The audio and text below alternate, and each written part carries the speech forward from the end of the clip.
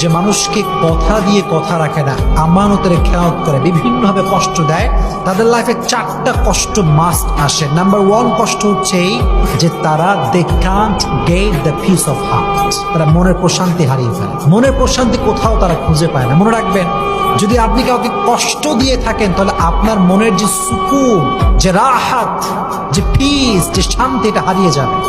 এটা আল্লাহ তাআলার পানিশমেন্ট।